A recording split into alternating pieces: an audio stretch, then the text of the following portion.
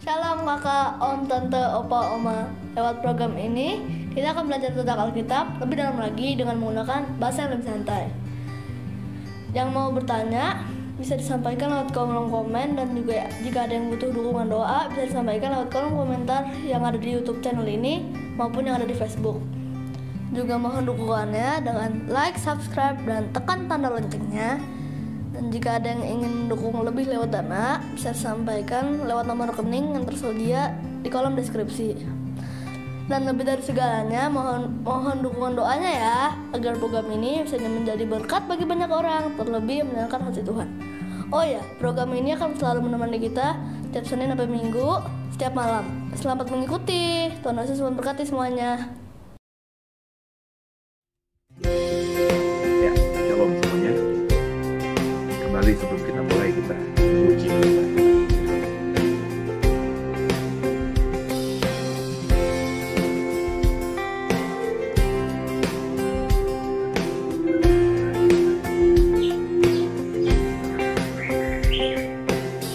I come before you today.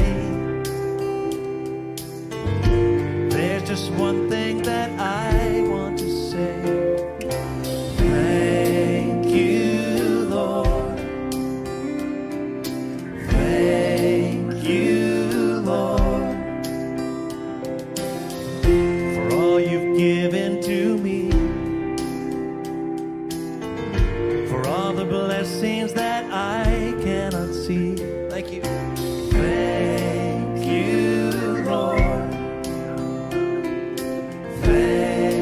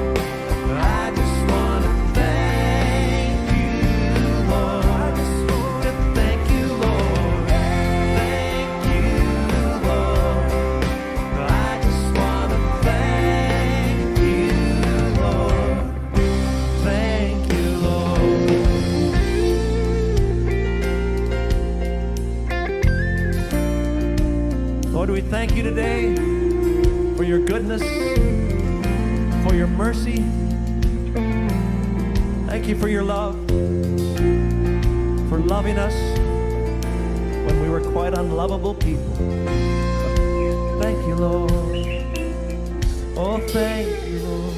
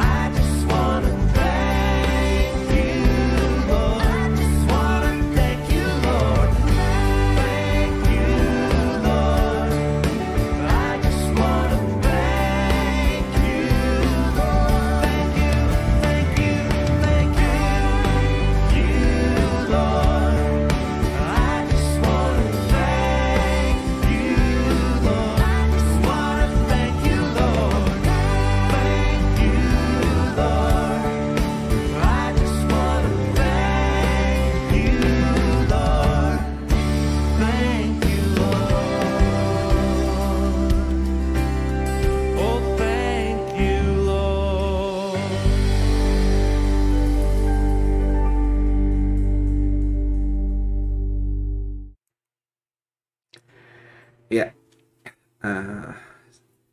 sebelum biasa ya kita mau berdoa dulu saudara ya. Ya, senang sekali kalau saudara sebelum kita berdoa terus semangat ya dalam program ini. Mau belajar bersama saya di program Deep Talk with Pase. Dan meskipun apa yang kita bahas, kita baca itu adalah kitab Injil yang let's say Injil atau kitab yang paling sering kita baca sebagai orang Kristen ya. Tapi ada beberapa saudara yang terus bersama ya mempelajarinya, melihat latar belakangnya, penekanan-penekanan dalam perikop dan pasal yang sedang kita baca, dan itu luar biasa ya. Percayalah apa yang nanti saudara dapatkan dalam program ini, yang nanti kau dapatkan ketika kau menggumulinya sendiri, itu akan semakin membentuk kita menjadi manusia yang utuh gitu ya, menjadi manusia yang gambar serupa seperti Tuhan ya. Dan sebelum kita doa saudara, ada program Sahabat Shalom besok pagi ya. Ini kan di hari Jumat, besok pagi ada jam 6.15 ada program Sahabat Shalom ya. Bapak Ibu bisa mengikutinya pagi-pagi. Kita akan mendengarkan renungan harian dari hamba-hamba Tuhan, dan berharap sungguh ketika pagi ini kita mendengarkan firman Tuhan di hari Sabat ini, dan kita lebih akhirnya bisa memperlakukan Sabat itu dengan semestinya. Bapak Ibu juga nanti semakin mengerti lah gitu ya, bagaimana how to-nya menjadi seorang yang percaya kepada Tuhan. Ada banyak hamba Tuhan nanti yang berganti-gantian men-sharingkan kebenaran firman Tuhan ini, dan saya yakin akan memberkati semua saudara. Dan sebelum kita mulai tadarusan Markus 7 ayat-ayat terakhir ya, kita tundukkan kepala, kita doa terlebih dahulu. Mengucap syukur Tuhan pada malam hari ini kami masih diberikan kesempatan untuk tadarusan Alkitab bersama. Doa kami agar kami semua diberkati luar biasa, kami semakin mengerti, semakin paham bagaimana kami harus menjadi seorang Kristen yang bukan saja hidupnya menjadi berkat bagi banyak orang, tapi juga bisa menyenangkan Tuhan. Lewat pembacaan ayat-ayat Alkitab yang kami baca setiap malam, doa kami itu bisa membentuk kami, bisa membuat iman kami bertumbuh, dan tentu menjadikan kami manusia yang semakin indah di mata Tuhan. Itu kerinduan kami, Tuhan. Bicara kepada kami, tapi kami jangan satupun kami yang kau lalui. Haleluya. Amin. Ya, kita siapkan Alkitab kita, saudara ya. Markus pasal yang ke-7. Tuhan, ini tugas kami, beri keberanian bagi kami. Ya, perikopnya diberi judul perempuan Siro-Fenisia yang percaya. Ya. Dijelaskan perempuan Siro-Fenisia berarti ini ditekankan dari Siro-Fenisia. Ya. Siro-Fenisia ini juga berarti orang yang bukan berasal dari bangsa Yahudi. Jadi Bapak Ibu harus paham dulu bentuk pengkalimatan ya. Misalnya kita pernah ngomongin perempuan juga kan di Markus ini, ketika ada perempuan yang 12 tahun pendarahan. Tidak dikasih embel-embel apa-apa. Perempuan itu dari mana, perempuan itu siapa, itu berarti perempuan dari kalangan Yahudi, kalangan Israel. Kalau ada nama perempuan dari Siro-Fenisia ya, atau ada penekanan-penekanan lain selain hanya kalimat perempuan atau wanita, berarti apa namanya? Maafkan saya, saudara. Berarti ini berasal dari luar atau sesuatu yang ditekankan itu. Siro-Fenisia adalah wilayah Yunani, saudara. Ya.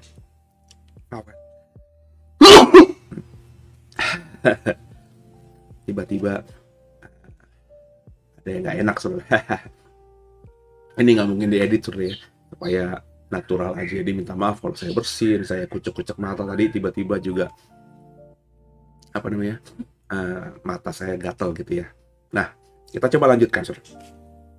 Disebutkan perempuan dari Siro-Fenisia, ini berarti perempuan ini dari luar Israel, ya, dari kalangan Yunani, orang yang tidak bersunat, orang yang secara agama ya beda dengan orang Israel kebanyakan. Bukan saja itu, tapi juga budayanya beda. Kalau budaya beda, agama beda, tentu orientasi atau sikap diri, sikap hidupnya juga mungkin berbeda. Karena orang kan dibentuk dengan adab, dengan etika, dengan budaya, dengan adat. Itu kan yang ada di sekitar dia. Benar ya, saudara ya?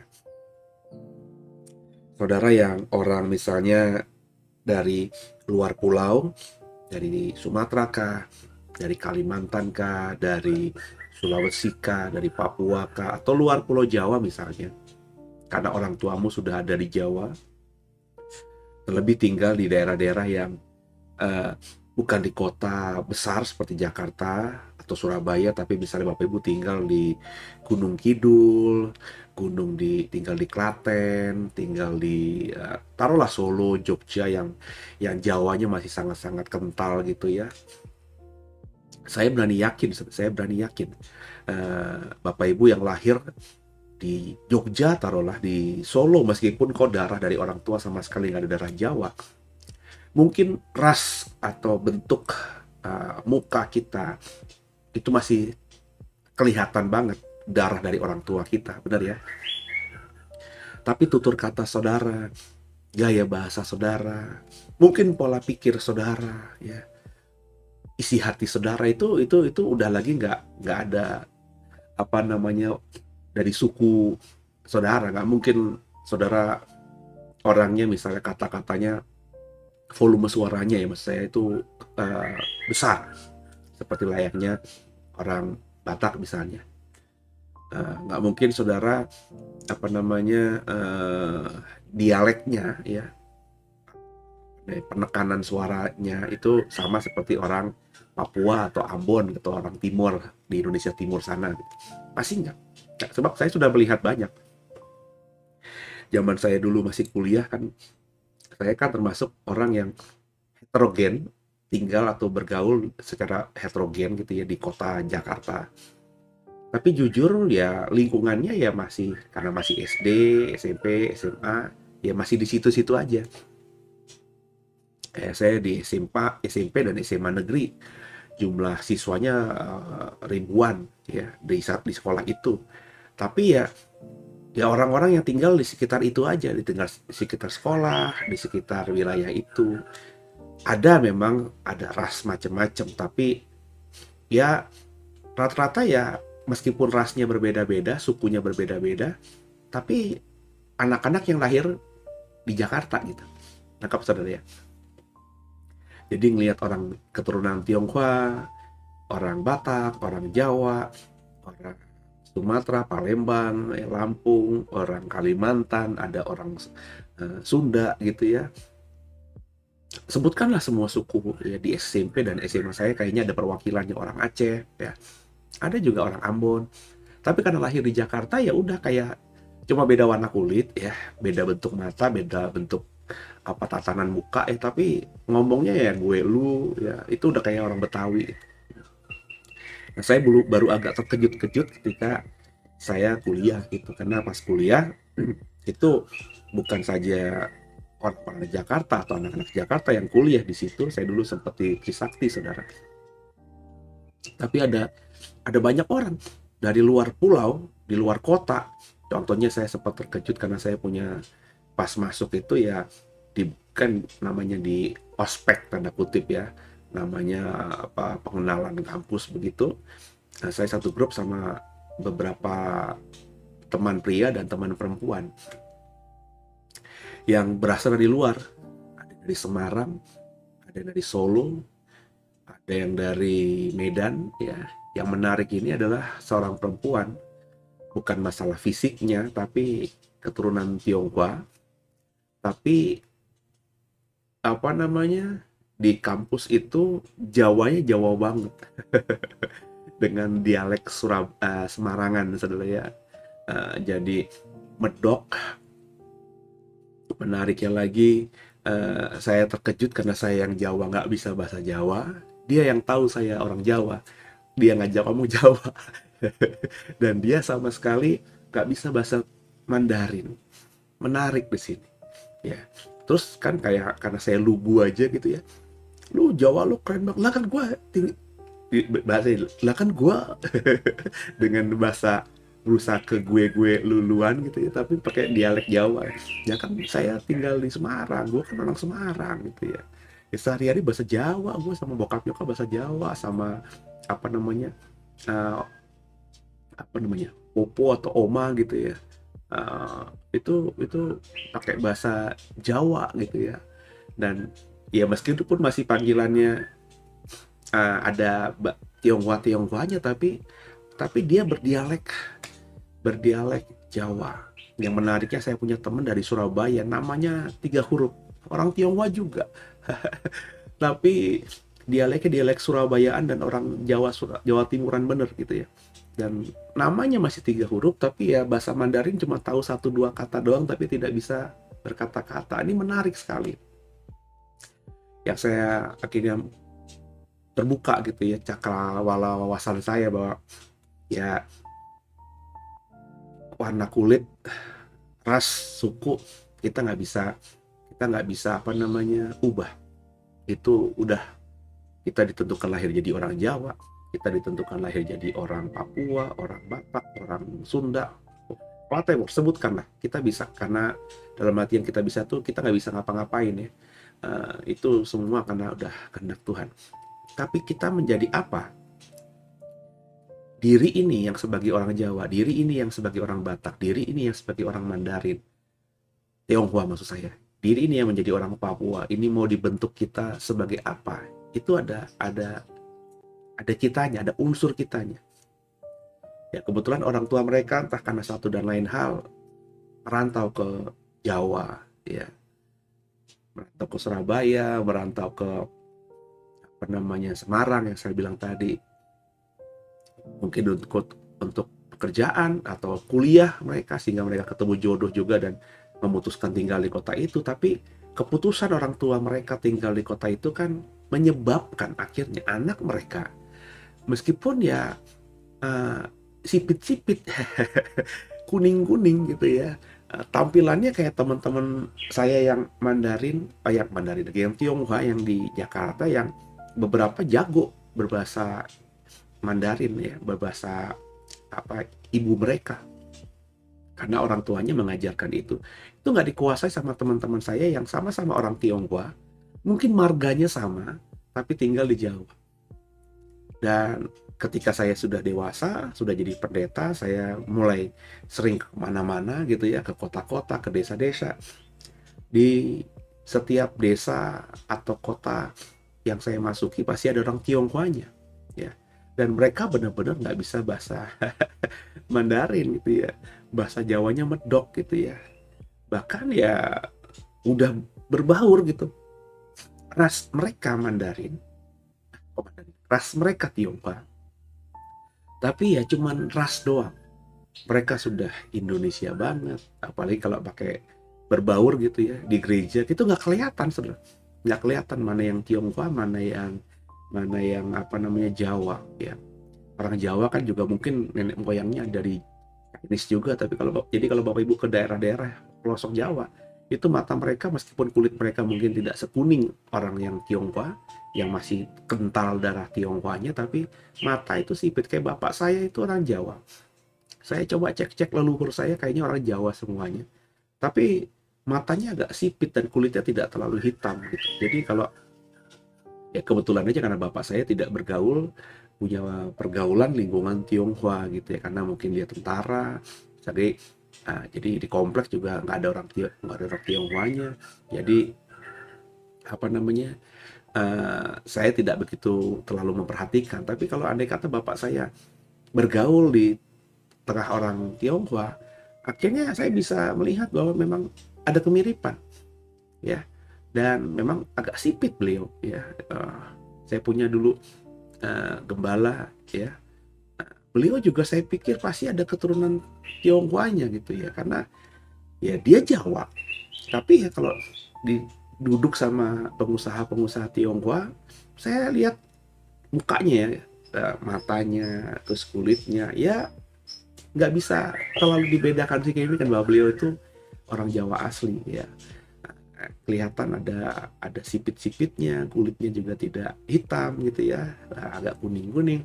Jadi yang saya mau katakan bahwa kita bisa membentuk diri kita ini ya, mau dibentuk sebagai apa kita bisa ya.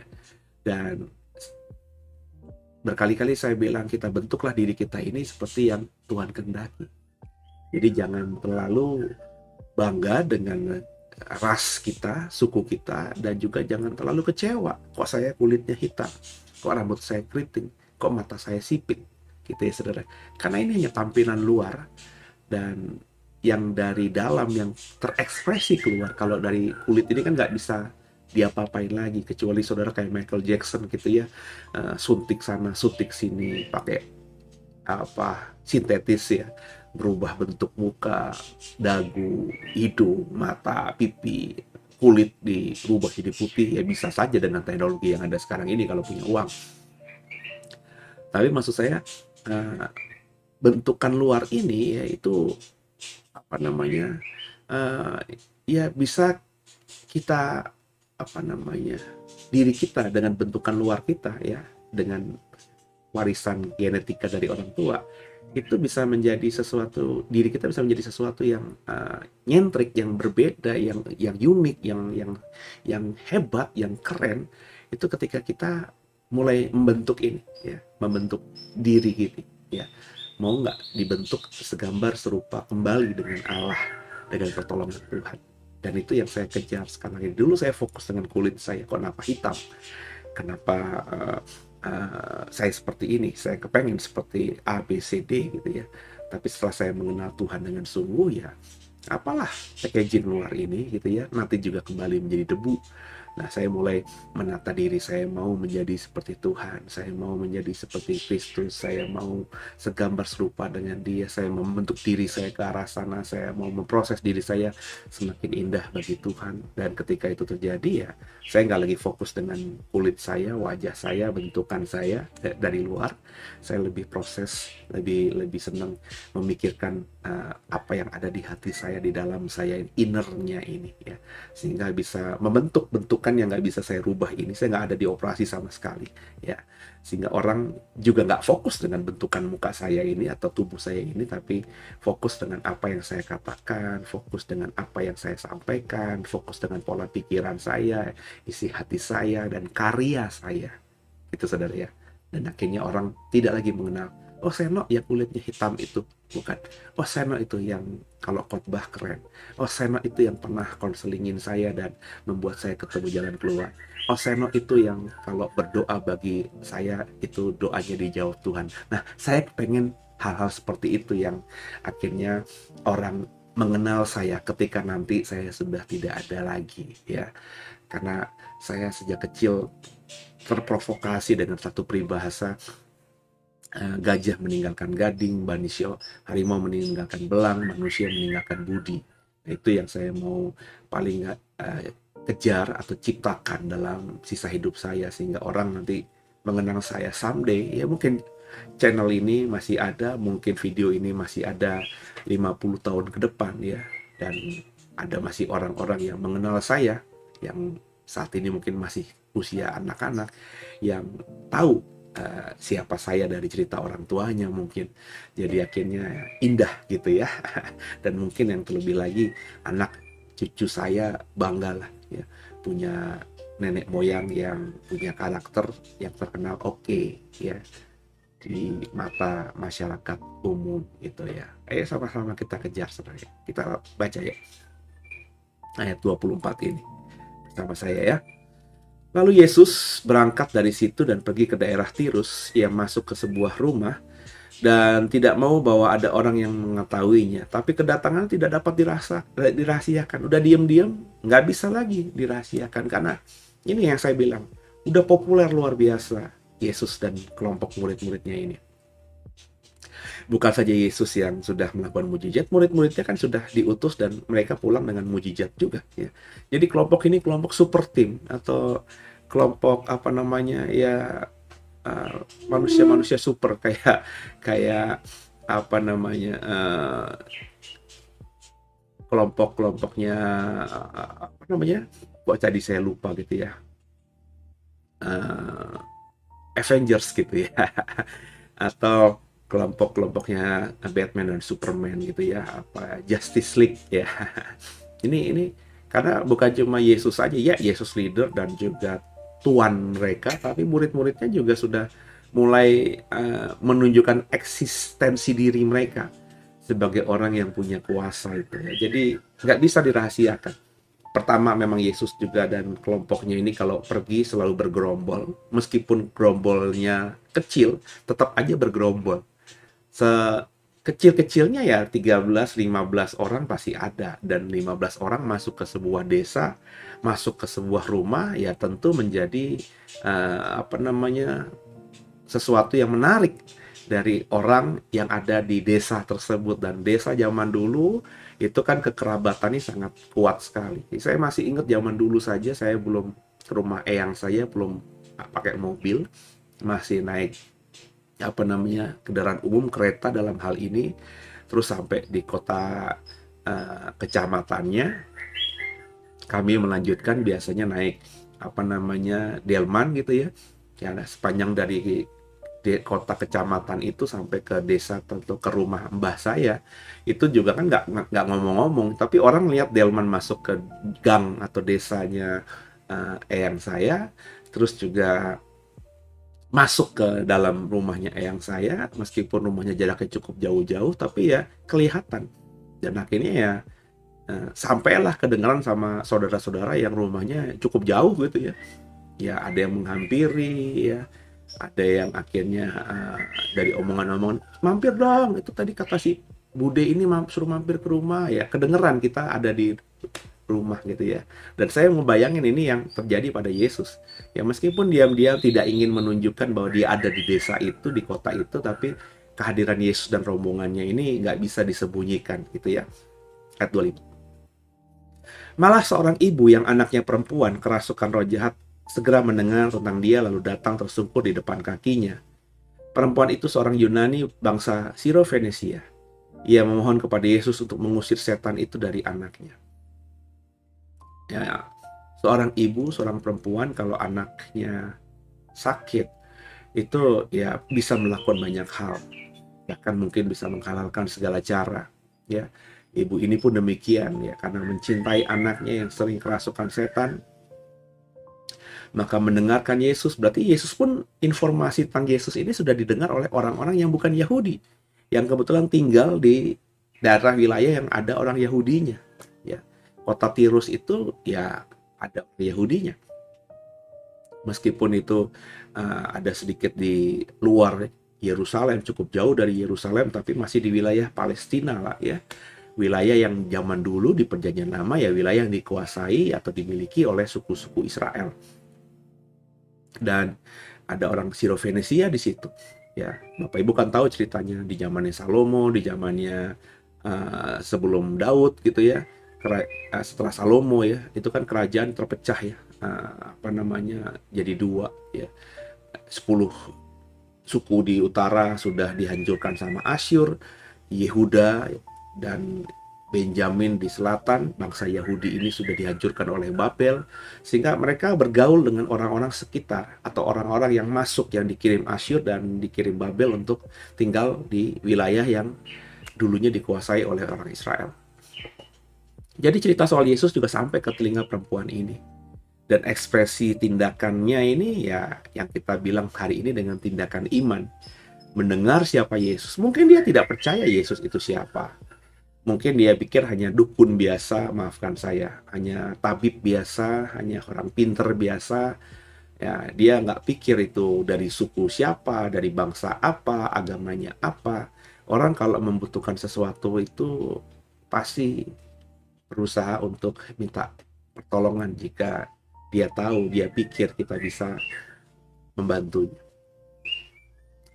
Ini juga yang akhirnya tercermin dalam diri saya berkali-kali dalam Deep Talk pasti saya berkata, terutama kalau buat saudara-saudara yang baru mau melayani, ya, untuk lebih mudah dalam membangun pelayanan kita, ya, itu ya mendoakan orang sakit, ya, atau berdoa bagi orang-orang yang membutuhkan, ya, orang miskinkah, orang sakitkah, orang-orang yang, ya, pokoknya orang-orang yang benar-benar sedang nyaris di tepi keputusasaannya.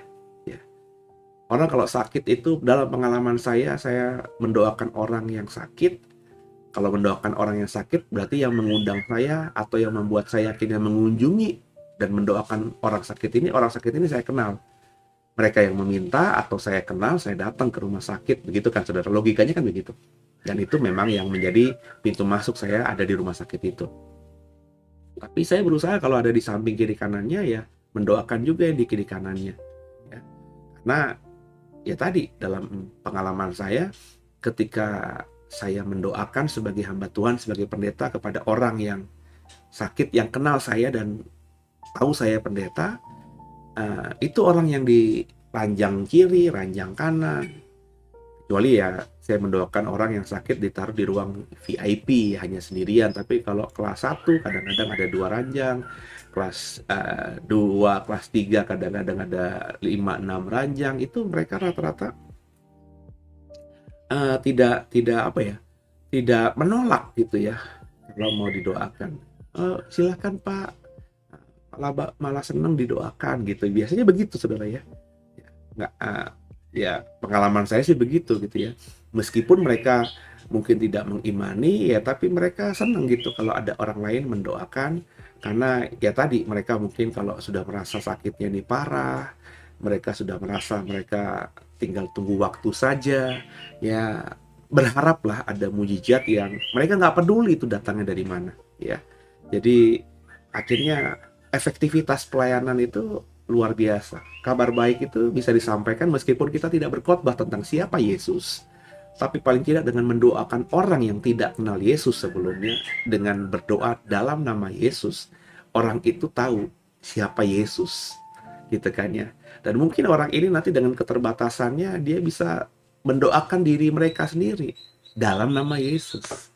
Ya, mungkin akhirnya bertanya dengan jemaat atau orang Kristen yang saya kenal yang ada posisinya di samping ranjangnya tentang pelayanan kami, gitu ya. Dan mungkin akhirnya jadi ada interaksi, ada bahan omongan. Mungkin bertanya, siapa sih Tuhan lo? Ya, ketika bukan jam besuk gitu ya, mereka hanya berduaan, ya, keluarga nggak bisa masuk, andai kata begitu kan, bisa ngobrol gitu ya saudara ya. Dan kalau Tuhan yang izinkan orang ini akhirnya menjadi umatnya, maka bisa jadi ya, kita itu adalah pintu masuk, mereka bisa mengenal Tuhan. Berarti kita menabur di situ. Mungkin nanti ketika dia mengalami mujizat dan dia pulang ke rumahnya karena haus akan Kristen, mereka mendalaminya dengan hamba Tuhan yang lain, dengan gereja yang lain, komunitas yang lain, dan mereka dibaptis, terima Tuhan di situ. Kita yang menabur, kita nggak menuai, nggak apa-apa gitu ya. Karena kalau kau baca Alkitab dengan sungguh, upah sang penabur dan upah sang penuai itu sama ya, di mata Tuhan. Ya, kita lanjutkan. Lalu Yesus berkata kepadanya, biarlah anak-anak kenyang dahulu, sebab tidak patut mengambil roti yang disediakan bagi anak-anak dan melemparkannya kepada anjing. Nah, ini kalimat yang cukup keras, saudara ya. Anjing, dalam perspektif kita, orang 2021, nggak mungkin kita ngomong gini kepada orang lain. Ya, nggak patut saya memberi makan kepada anak-anak makanan yang sama saya berikan kepada anjing. Kita bisa dibawa ke ranah hukum karena melakukan penghinaan ya, verbal. Nggak tahu pasal berapa, apa ayat berapa, tapi mestinya ada ya. Kita nggak bisa begitu membuli orang atau merendahkan orang dengan derajat yang tidak semestinya gitu ya saudara ya. Kemarin saja ada artis terkenal yang dikejar-kejar menurut dia oleh orang, terus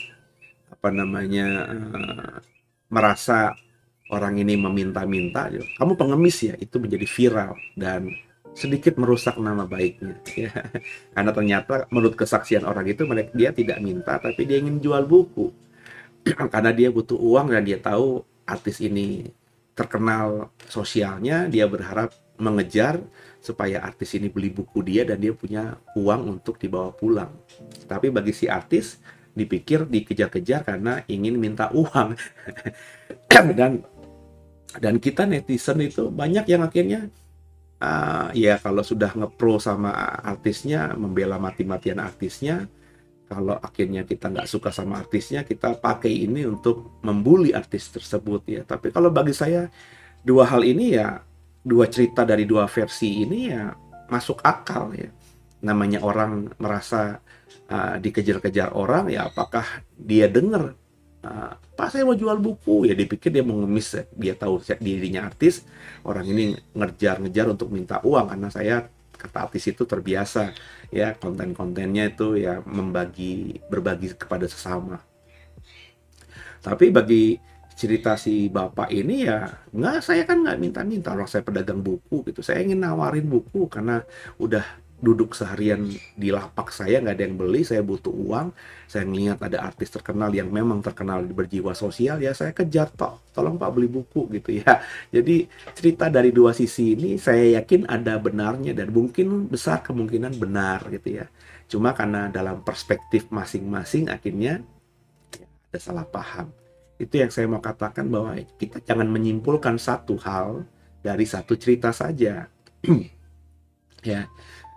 Ya, kita harus melihat dari sisi yang lain, dari kacamata yang lain gitu ya.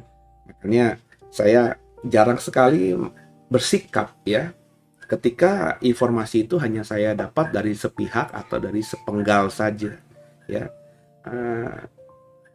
Kita harus lihat atau mendengar, atau sambil kalau kita nggak mau kepo ya biarlah Tuhan nanti yang membukakan semuanya, sehingga nanti ke depan kita tahu cerita dari orang-orang lain tentang apa yang sedang kita mau dalami. Dan ketika informasinya lengkap, barulah kita bisa sedikit objektif untuk bisa memulai mengambil keputusan gitu kan saudara. Nah, itu yang kita bisa pelajari. Perempuan ini mendengarkan cerita-cerita orang tentang Yesus. Dan ketika dia bertemu, Yesus mengatakan dia anjing, dia pun tidak tersinggung. Kenapa? Pertama, dia sudah memang tinggal di sekitar orang Israel. Baik buruknya orang Israel itu sudah terbentuk secara adat dan budaya. Itu menganggap bangsa lain itu anjing. Jadi mungkin dia pernah juga mendengar ya orang-orang Israel ngomong sama anak-anaknya, jangan kamu bergaul sama teman-teman yang tidak seiman, anjing mereka itu, ya rendah mereka itu, najis mereka itu. Nah, kata-kata ini mungkin ya dalam budaya itu sudah terbiasa. Ya kayak sekarang saja di Indonesia ini kita sering dikafir-kafirkan, ya najis. Awal-awalnya kita tersinggung disebut sebagai orang kafir, benar nggak? Jangan seperti kafir di sana. Seolah-olah di luar mereka itu ya kafir, padahal kita punya Tuhan sendiri. Tuhan kita berbeda, tapi kan kita beragama. Masa orang beragama dibilang kafir? Bukankah pengertian kafir adalah orang yang tidak beragama? Gitu kan saudara ya. Awalnya mungkin kita tersinggung, awalnya kita mungkin marah gitu ya. Tapi karena ya sejak tahun 12-an ya, sejak reformasi terutama setelah kita ya reformasi setelah tahun 98 itu kelompok-kelompok ekstrim agama itu dipelihara tanda kutip oleh pemerintah ya, dibiarkan untuk hidup, akhirnya berkembang ya, kuat sekali ya. Itu kan di corong-corong toa-toa rumah ibadah mereka kan sering kita dengar itu dalam ceramah di tempat itu ya, di hari ibadah mereka ya, karena sering dikafir-kafirkan dan sering juga mendengarkan atau nggak sengaja mendengarkan informasi tentang pemimpin agama mereka yang mengkafir-kafirkan kita. Kafir, jangan bergaul sama kafir, jangan punya pemimpin orang kafir gitu ya. Apalagi waktu pilkada DKI kafir-kafir itu ditujukan luar biasa keras kepada Pak Ahok gitu ya. Ya akhirnya kita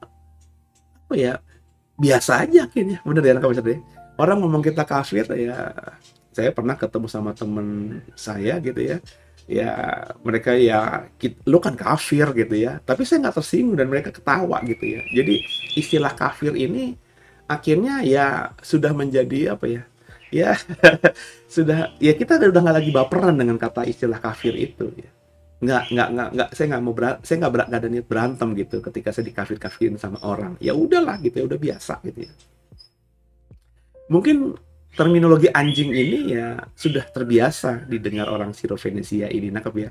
Jadi itu mungkin karena orang Israel memang seperti itu, dan memang orang-orang yang bukan Yahudi tahu bahwa mereka itu dianggap oleh orang Yahudi itu bukan siapa-siapa. Karena bagi orang Yahudi ya tadi ya, namanya umat pilihan hanya mereka, di luarnya ya bukan umat pilihan Tuhan, ya anjing gitu ya, rendah gitu ya. Dan orang atau perempuan Siro-Fenisia itu sadar banget terminologi ini, makanya dia tidak marah ya. Lanjut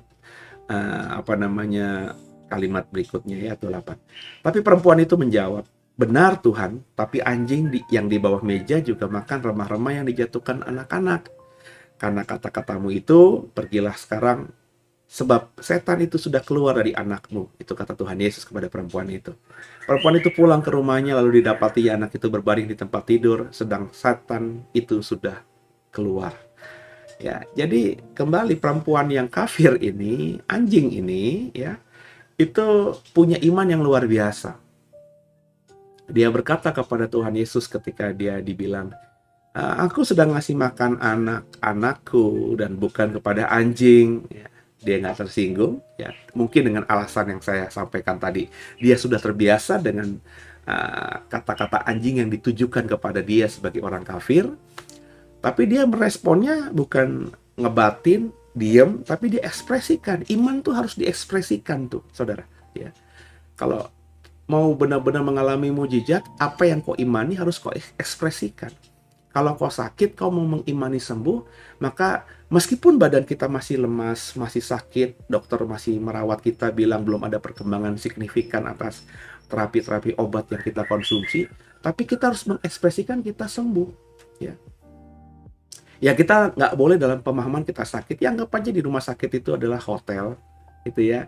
Terus makan-makan apa saja yang boleh diizinkan dokter dengan lahap, ya. Terus coba nikmati hidup, buat rencana ke depan lagi, buat mimpi ke depan lagi.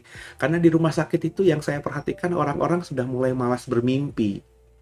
Ya udahlah, ya gue ya mau mati kapan aja udah siap gitu ya. Padahal untuk membuat diri kita semangat lagi, kita harus punya mimpi. Saya selalu bilang orang nggak perlu sakit, tapi kalau orang itu sudah tidak punya mimpi, orang itu tinggal menunggu atau sengaja mengarahkan dirinya menuju kepada kematian. Ya, dengan mimpi, dengan adanya cita-cita itu membuat hidup kita jadi bergairah. Hari ini saudara, ya, saya bergairah.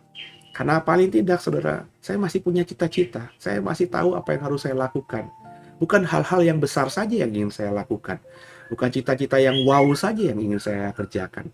Atau yang ingin saya gapai. Tapi hal-hal kecil. Ya, kayak saya kan sedang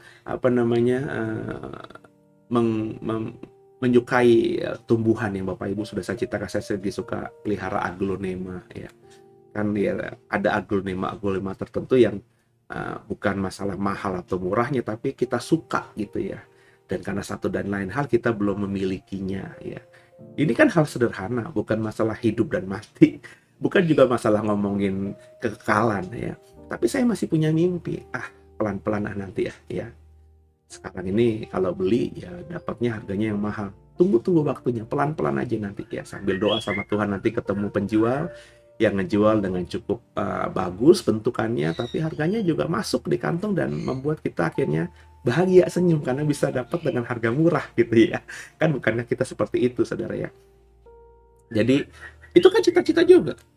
Sehingga saya exciting gitu ya. Palingan nanti saya berpikir kalau hari ini saya sudah kerjakan semua tanggung jawab saya, ada 1 jam 2 jam, saya coba mau browsing lagi ya, siapa tahu ada lapak-lapak kebun-kebun aglonema yang ngejual yang saya mau cari, yang harganya masuk akal saya gitu ya, yang ada passion ya, ngerjain yang lainnya pun jadi semangat gitu, karena saya mau ada waktu 1 jaman atau setengah jaman ya, buka-buka Tokopedia, buka-buka Shopee gitu ya saudara, untuk mencari target itu di toko online. Sehingga untuk bisa dapat waktu itu, maka yang lainnya, pekerjaan lainnya, tanggung jawab lainnya, kewajiban lainnya, itu harus saya kerjakan lebih cepat, lebih baik lagi, supaya tidak ada pengulangan, sehingga waktu saya yang saya pikir cuma punya waktu setengah jam, ternyata nanti ada waktu 1 jam, lebih santai lagi. Nah ini kan yang membuat hidup kita bergairah.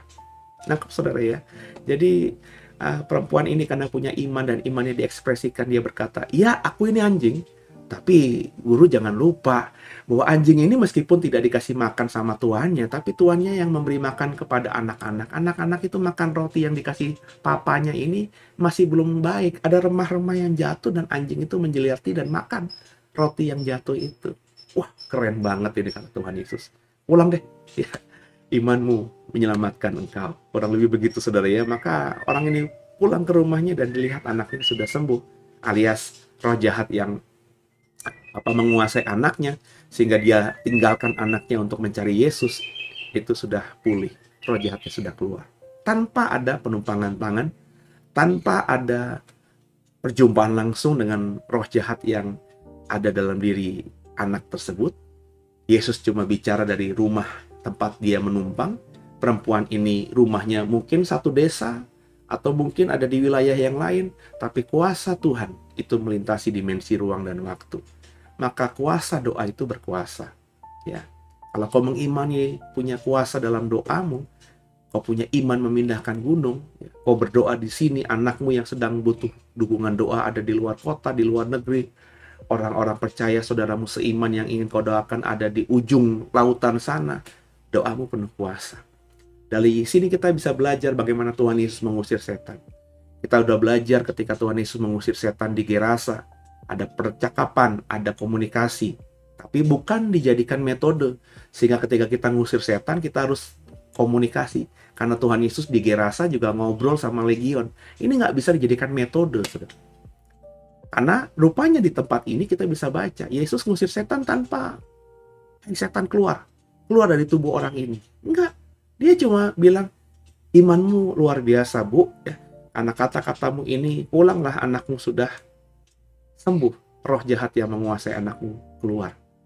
Tanpa disentuh, tanpa penumpangan tangan, tanpa kata-kata langsung, roh jahat itu keluar. Jadi sekarang ini bukan masalah metodenya, tapi masalah bahwa kau percaya tidak bahwa kau seperti ini, punya kuasa ini karena ada Tuhan. Kalau Tuhan yang menggerakkan dirimu untuk mengusir setan dengan kalimat verbal, maka kerjakan. Kalau Tuhan yang menyuruhmu tidak harus melakukan hal itu, kerjakan. Karena apa? Karena kita tahu bahwa semua bisa terjadi bukan karena hebatnya kita, tapi karena Tuhan. Dan kalau seperti ini, saudara, maka kau akan banyak melakukan mujizat dengan banyak cara. Tidak jadi satu metode. Banyak pendeta, ada banyak hamba Tuhan saya lihat. Kalau dia melakukan pelayanan kesembuhan, gayanya sama. Caranya sama. Padahal Roh Kudus itu dinamis yang saya tahu. Roh Kudus bisa memakai banyak cara. Petrus itu pernah berkata-kata, melakukan mujizat. Aku nggak punya emas perak, aku nggak punya. Tapi demi nama Yesus berjalanlah kepada orang yang meminta-minta di pintu gerbang emas. Ya, orang itu berjalan, loncat. Tapi Petrus juga pernah melakukan mujizat, bayangannya itu bisa kena kepada orang yang sakit dan orang yang sakit itu bisa sembuh. Alkitab katakan begitu. Ya. Jadi, apakah ketika bayangan ini menyembuhkan orang lain, Petrus mengarahkan dirinya dengan, matahari ada di sebelah sini, maka yang sakit semua di sebelah sini. Apakah begitu? Kan tidak, saudara. Ya. Jadi, kalau kita sadar bahwa yang melakukan atau yang memiliki mujizat itu bukan kita, tapi Tuhan yang dalam kita, maka segala aspek kita itu bisa dipakai Tuhan untuk memberikan mujizat kepada orang yang membutuhkan. Entah kata-kata, entah doa, entah tengkingan setan yang keluar dari mulut kita, atau lewat isi hati kita, ya, lewat penumpangan tangan kita, lewat tatapan mata kita, lewat bayangan kita, lewat sapu tangan kita, lewat orang ngejamah kita, apapun bisa terjadi, saudara. Nah, untuk bisa sampai seperti ini, ya tadi, saudara, punyailah prinsip bahwa bukan kita yang hebat, tapi Tuhan yang hebat yang ada dalam kita. Ya. Jadi jangan curi kemuliaan Tuhan. Ya. Gitu, saudara, ya. Lanjut. Perikop berikutnya, ya. Yesus menyembuhkan seorang tuli. Kemudian Yesus meninggalkan pula daerah Tirus dan dengan melalui Sidon pergi ke Danau Galilea kembali. Di tengah-tengah daerah Dekapolis, di situ orang membawa kepadanya seorang yang tuli dan yang gagap dan memohon kepadanya supaya ia meletakkan tangannya atas orang itu. Jadi rupanya ada orang yang membawa orang yang tuli dan gagap kepada Yesus. Jadi ada dua orang. Satu orang yang membawa berarti orang ini kenal Yesus, tahu Yesus, pernah mendengar cerita soal Yesus dan dia mengimani. Dan ada orang yang tuli dan gagap. Apakah orang yang tuli dan gagap ini pernah mendengar Yesus? Tentu tidak. Ya, kenapa? Ya karena dia tuli dan gagap. Bagaimana dia bisa mendengar siapa Yesus? Berarti bisa kita asumsikan orang tuli dan gagap ini sama sekali tidak kenal siapa Yesus. Dia mungkin hanya ikut saja dari orang yang tahu sepak terjang pelayanan Yesus. Jadi dari dua orang ini kira-kira yang beriman mana? Orang yang membawa yang sakit. Nangkap, saudara, ya? Lalu ayat 33. Dan sesudah Yesus memisahkan dia dari orang banyak, sehingga mereka sendirian, ia memasukkan jarinya ke telinga orang itu, lalu ia meludah dan meraba lidah orang itu. Ya. Kemudian sambil menengadah ke langit, Yesus menarik nafas dan berkata kepadanya, Efata, terbukalah. Maka terbukalah telinga orang itu. Seketika itu juga terlepas pula lah pengikat lidahnya, lalu ia berkata-kata dengan baik. Yesus berpesan kepada orang yang ada di situ supaya jangan menceritakan kepada siapapun juga, tapi makin dilarangnya mereka, makin luas mereka memberitahukannya. Mereka takjub dan tercengang dan berkata, ia menjadikan segala-galanya baik. Yang tuli dijadikannya mendengar, dan yang bisu dijadikannya berkata-kata. Nah ini, ya, kembali saudara ya, apa namanya, Yesus melakukan perbuatan mujizat dengan perbuatan-perbuatan, dengan tindakan-tindakan yang tidak satu metode. Ya. Ketika dia menyembuhkan orang yang kerasukan setan itu, dia tidak ngapa-ngapain ya. Anak perempuan Sirofenisia itu kan tidak diapa-apain, cuma karena iman ibunya doang. Ya, kalau orang tua Petrus, mertua Petrus yang sakit, Yesus datang ke rumahnya mertua Petrus, mendoakannya langsung, maka mertuanya sembuh, dan orang-orang sakit lainnya datang kepada Yesus, ditupangi tangan dan mereka sembuh. Ya. Tapi maksud saya, kita belajar ini, kita harus dewasa bahwa Tuhan bisa menjamah kita, bukan cuma hanya dari satu metode semata. Kalau kita pelayan Tuhan, kita mau mendoakan orang, kita harus punya pemikiran bahwa Tuhan bisa pakai kita membuat mujizat. Tuhan bisa melakukan mujizat lewat diri kita itu dengan banyak cara. Kepada orang yang tuli ini, ya, kebetulan juga dia bisu. Ada dua hal yang aneh yang Yesus praktekkan. Apakah ini merupakan kebiasaan, maafkan saya, dukun-dukun dan tabib-tabib zaman dulu untuk menyembuhkan orang yang tuli dan bisu? Bisa jadi. Maka Yesus pakai model seperti itu.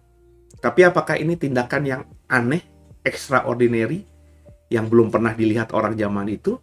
Bisa jadi juga iya. Ya. Nggak ada informasi di Alkitab tentang ini. Artinya kita bisa memakai logika kita dengan berasumsi dengan dua latar yang berbeda tadi. Tapi andai kata pun Yesus melakukan hal-hal yang sudah biasa dilakukan para tabib, para dukun-dukun hari itu, emang kenapa? Nggak kenapa-napa toh, gitu saudara ya. Ya, karena meskipun caranya sama, tapi Yesus melakukan dengan iman dan pengharapan yang berbeda.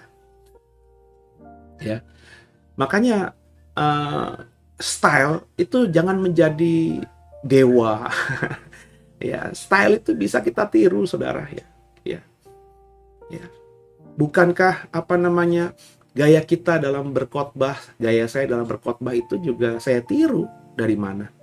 Ya dari orang-orang yang berkhotbah sebelum saya. Entah itu pendeta saya atau apa namanya, penceramah-penceramah agama lain. Dan kalau mau jujur saudara, kalau mau jujur, gaya saya berkhotbah hari ini ya, itu kalau dirunut dari awalnya, itu bukan saya dapatkan dari pendeta atau dari pengkhotbah Kristen. Kenapa? Why? Kenapa saya bilang begitu? Karena saya ketika dulu hidup di gereja yang pendetanya itu pakai jubah, pakai stola, dan stay hanya di mimbar dengan kata-kata, kalimat-kalimat yang intonasi dan volumenya sudah memang tersusun, diajar. Mereka tuh satu bentukan sekolah tinggi teologi ya, kalimatnya kurang lebih begitu. Nggak ada pendeta yang di gereja saya lama yang ngomongnya meledak-ledak, marah, mengekspresikan pakai bahasa tubuh seperti yang Bapak Ibu mungkin sering lihat saya praktekkan dalam khotbah hari Minggu. Ya.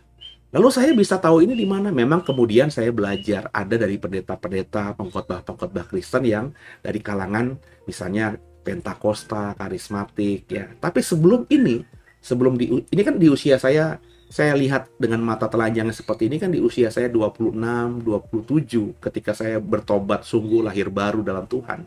Nah, dari usia 6 sampai usia 26, 25 ini, saya itu tahu bahwa kalau ceramah, kalau khotbah, saya bahkan pernah banding-bandingkan, andai kata pendeta itu kalau khotbah itu kayak orang ini.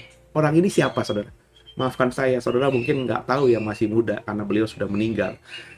Beliau itu adalah seorang ustadz. Namanya Kiai Haji Jainuddin MZ. Ya, sudah meninggal belasan tahun yang lalu, saudara. Saya tidak mengidolakan dia sebagai ulama atau orang yang mengajarkan kebenaran yang saya imani. Enggak, saya kan nggak seiman dengan dia. Tapi kaset khotbah atau ceramah beliau ini sering diputar di masjid depan rumah orang tua saya.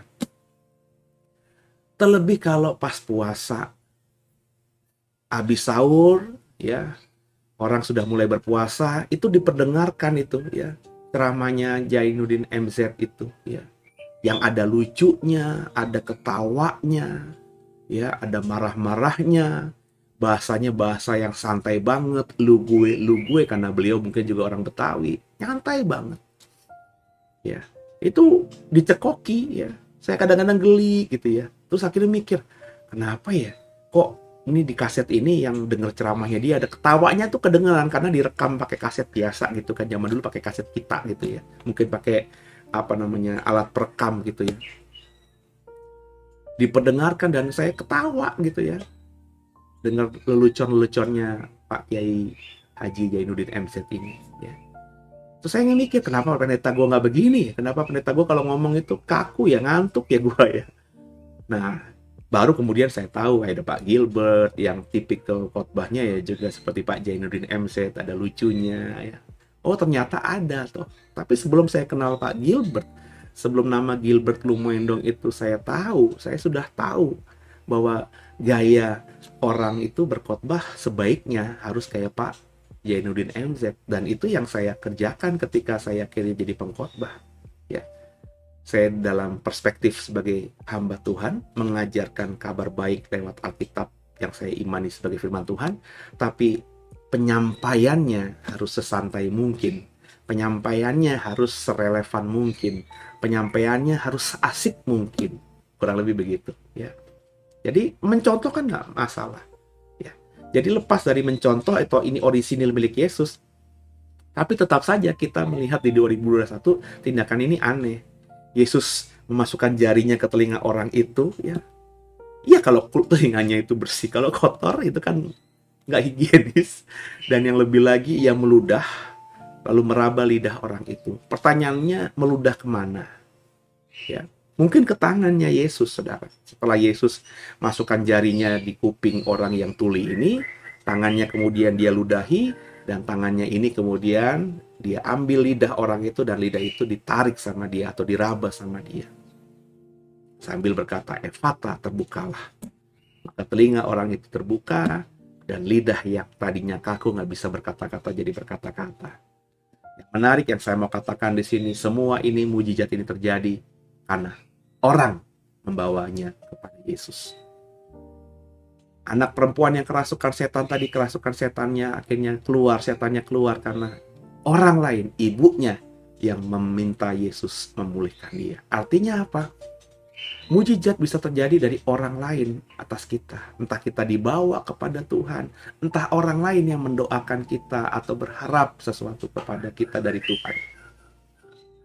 Jadi penting kita itu hidup mengandalkan orang juga, dalam artian bersosialisasi. Jangan punya masalah kau pendam sendiri. Ya. Jangan juga kau merasa dirimu hebat. Kita harus butuh orang lain. Bukan dalam tensi meminta-minta. Apakah orang tuli dan orang tuli dan bisu ini meminta-minta agar dia dibawa kepada Yesus? Kan saya bilang tadi, dia nggak mungkin kenal siapa Yesus. Karena ini di daerah asing, bukan di daerah Palestina gitu ya. Tapi dia akhirnya ketemu Yesus karena ada orang yang membawa dia kepada Yesus. Orang ini yang membawa dia kepada Yesus untuk orang yang mengasihi orang ini. Maka penting kita mengasihi orang lain supaya orang lain mendapatkan mujizat. Ibunya ini, apakah anak-anaknya lagi kerasukan setan? Mah, tolong itu ada Yesus, mah. Setan panas. Mah, tolong. Kan nggak mungkin orang yang lagi kerasukan setan. Tapi karena ibu ini mengasihi anak ini, dia datang kepada Yesus agar Yesus memulihkan anak.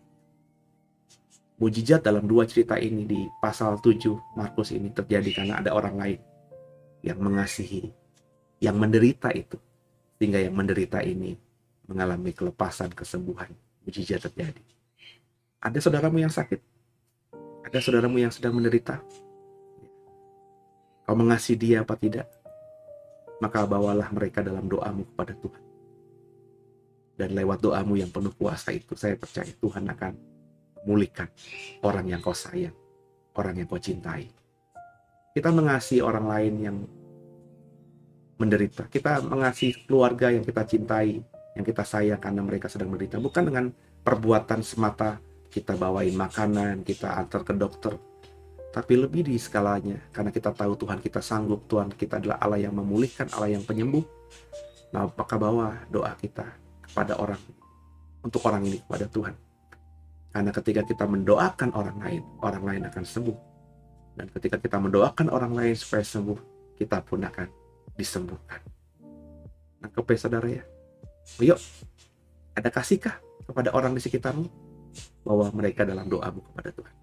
Semoga diberkati, Tuhan Yesus memulihkan dan memberikan kita mujizatnya. Haleluya.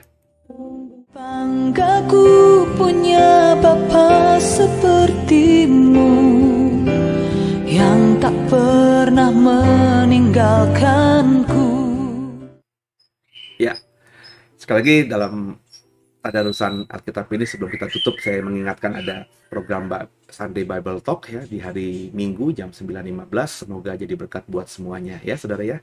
Dan sebelum kita akhiri, kita doa terlebih dahulu. Terima kasih buat kebersamaannya. Semoga program tadarusan Alkitab malam hari ini memberkati semua. Makasih Tuhan buat malam hari ini. Kami belajar banyak bahwa kalau kami mengasihi orang dan kami mau membawa dalam doa kami, membawa orang ini kepada Tuhan, maka Tuhan bisa pulihkan orang yang kami kasih yang sedang dalam masalah, sedang dalam penderitaan, sedang dalam sakit penyakit. Bahwa mungkin mereka tidak beriman atau belum beriman, tapi Tuhan lihat iman kami. Iman kami ini bisa memulihkan orang yang kami kasihi. Makasih Tuhan Yesus buat kebenaran pada malam hari ini. Ampuni salah dosa kami. Yesus Kristus adalah Tuhan Juru Selamat kami yang hidup, dan ke dalam tangan-Mu lah kami serahkan tubuh, jiwa, dan roh kami. Pakailah kami sesuka-sukamu Tuhan. Haleluya. Amin. Selamat malam semuanya. Selamat istirahat. Jangan lupa besok ya, pagi-pagi hari Sabtu ada Sabat Shalom jam 6.15. Pasti jadi berkat buat semuanya. Tuhan Yesus memberkati kita. Haleluya. Amin.